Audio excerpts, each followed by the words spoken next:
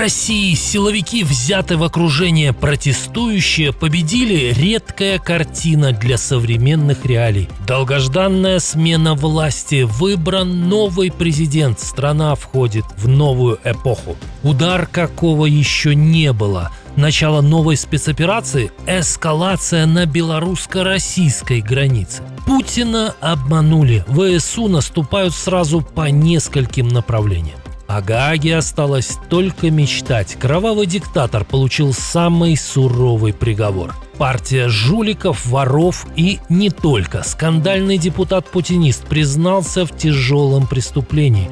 Шокирующее заявление на всю страну. Об этих и других событиях к утру среды 12 августа. Середина недели, а события и не думают притормаживать. В эфире «Нехта». Для вас работает Олесь Корниенко. Мощные удары украинских дронов по НПЗ страны-агрессора вызвали очередной виток топливного кризиса. Россияне снова выстроились в очереди и делятся огромным числом роликов. Вот и в Сочи пришел бензиноапокалипсис. Вот такая огромная пробка у нас идет до заправки.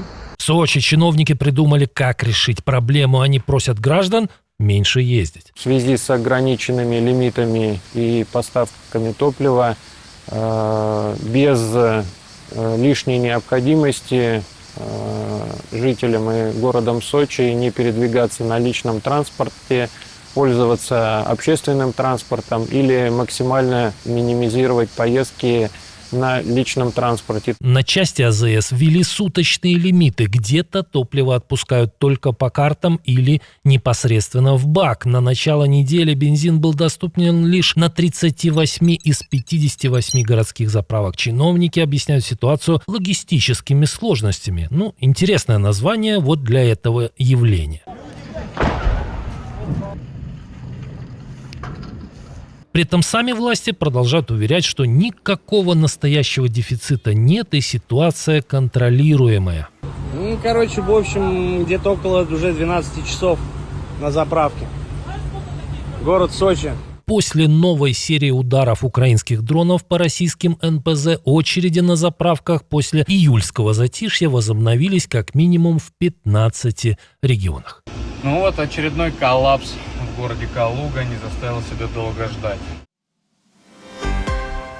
Удар, какого еще не было. Он не был таким эффектным, как налеты на склады Wildberries или НПЗ, но намекает на новый этап развития событий. Беспилотники атаковали район пункта пропуска «Красный камень» на границе Беларуси и России. По данным издания «Флагшток», после налета загорелись 2 грузовика с полуприцепами. Сам переход временно закрыли. Официальных подробностей пока немного. Белорусский Госпогранкомитет инцидент не комментировал, а кому принадлежали дроны и что именно было их целью, неизвестно. Возможно, это намек, что и на этом направлении военная логистика агрессоров может запылать так же, как это уже несколько месяцев происходит на оккупированных землях Украины.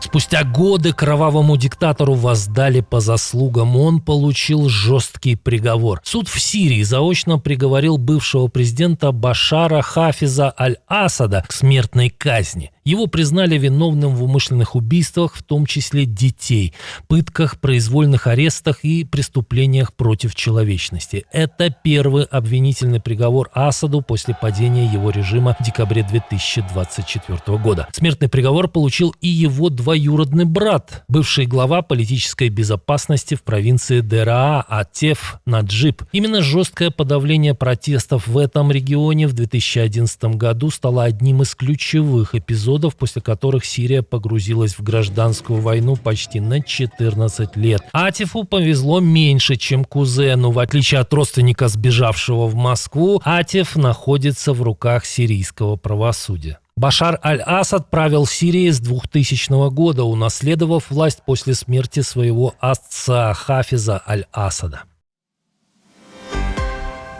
А нас-то за что? Известная пророссийская сепаратистка Татьяна Монтян пожаловалась на репрессии, но не со стороны так называемого киевского режима. Бывший украинский юрист и провоенный блогер, годами оправдывавшая действия России на Донбассе, теперь сама рассказывает о российском беспределе. По ее словам, силовики пытались вывести ее из Москвы в Донецк с мешком на голове, где она опасалась внесудебной расправы. Во время задержания ей якобы повредили связки на руке, и теперь, как пожаловалась Монтян, ей трудно поднять даже кастрюлю с борщом. Чего бояться-то? Захотят убить — убьют, не захотят — не убьют. И ничего им не будет за это, точно так же, как ничего с ними не случилось за мою оторванную руку. Поневоле Монтян дает и подсказку тем, кто раздумывает над сотрудничеством с чекистами. Меня не предал только один инфантри из всех, с кем я работала в российских спецслужбах. Все остальные сами видите. В течение совсем короткого времени в психлечебницу отправили Z-блогера Илью Ремесло, а Егора Гузенко посадили в СИЗО. Оба они начали резко высказываться о Путине, но критика продолжает звучать и от других сторонников войны. Но это как мантра какая-то уже стала. Вот это вот каждый божий день наши войска наступают. Нет ни одного участка, где бы... Владимир Владимирович, как нет? Они наступают под Гуляй-полем, они наступают на Степногорском направлении и имеют успехи. Массовый протест в России, да еще и с хэппи-эндом, оказывается, так еще бывает, только если бунтуют китайцы.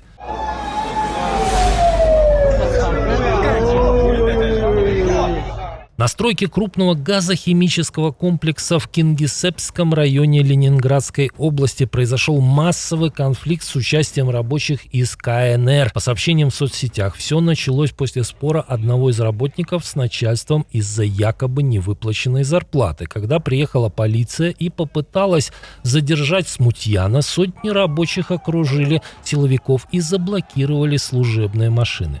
На опубликованных кадрах видно, как полицейские оказываются фактически зажаты толпой. В итоге задержанного, как сообщается, пришлось отпустить, а сами силовики отступили.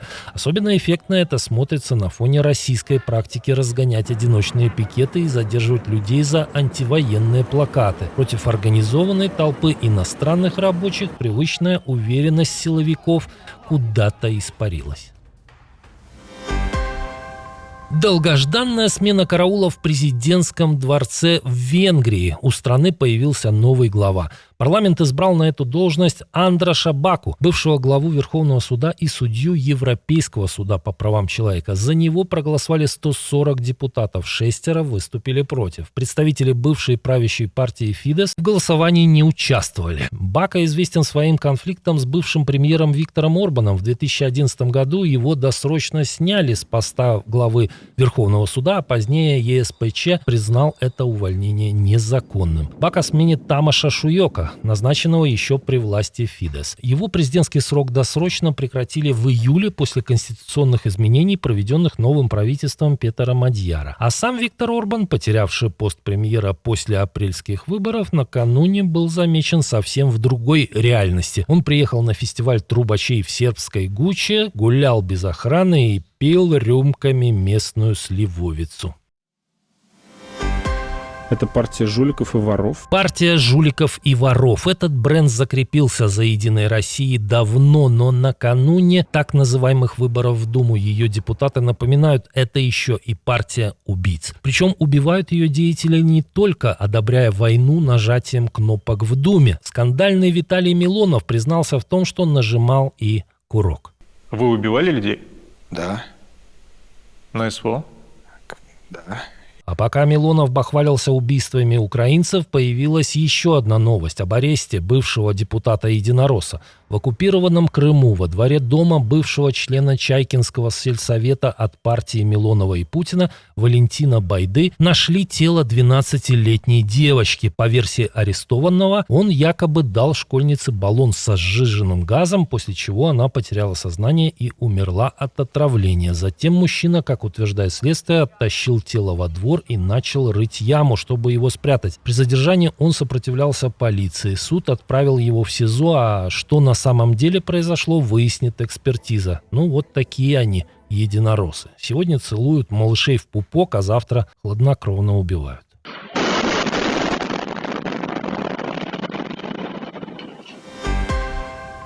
Останки Евгения Коновальца, полковника армии УНР, командира сечевых стрельцов и первого главы Организации украинских националистов, эксгумировали в Роттердаме. Он был убит в 1938 году личным киллером Сталина Павлом Судоплатовым и с тех пор покоился на кладбище в Нидерландах. Прах Коновальца доставят в Украину и перезахоронят на Национальном военном мемориальном кладбище. Организацией возвращения занимались команды Кирилла Буданова, Андрея Сибиги и Украинского института национальной памяти по поручению Владимира Зеленского. Китайских инженеров постигла неудача. Ракета-носитель Чанчжэн-7А взорвалась в воздухе примерно через 90 секунд после запуска с космодрома Вэньчан на острове Хайнань. Она должна была вывести на орбиту спутник связи. Причины аварии пока выясняются. Для этой ракеты это первый провал более чем за 6 лет. Предыдущая авария произошла во время ее дебютного полета в марте 2020 года. После этого Чанчжэн-7А несколько лет успешно выполняла запуски, но нынешняя миссия закончилась эффектным огненным шаром вместо выхода на орбиту. Европейские реакторы уже глушили из-за жары, но на крупнейшей АЭС Западной Европы причина оказалась куда экзотичнее. За последние недели сразу несколько атомных энергоблоков в Европе пришлось останавливать или снижать их мощность из-за аномальной жары, засухи и нехватки воды для охлаждения. Во Франции из-за высокой температуры рек и низкого уровня воды была недоступна рекордная доля атомной генерации, а в Румынии из-за обмелевшего Дуная под угрозой остановки остается второй реактор АЭС Черновода. Но на этот раз виновата не жара напрямую, а медузы. На крупнейшей АЭС Западной Европы, французской Гравлин, их массовый наплыв забил системы забора морской воды. Руководству станции пришлось остановить реакторы номер 2, 3 и 4, а мощность первого снизить вдвое. 5-й блок и так находится на плановом ремонте, поэтому на полной мощности остался только 6-й. Спасибо, что досмотрели до конца. Спасибо за лайки и комментарии. Увидимся вечером.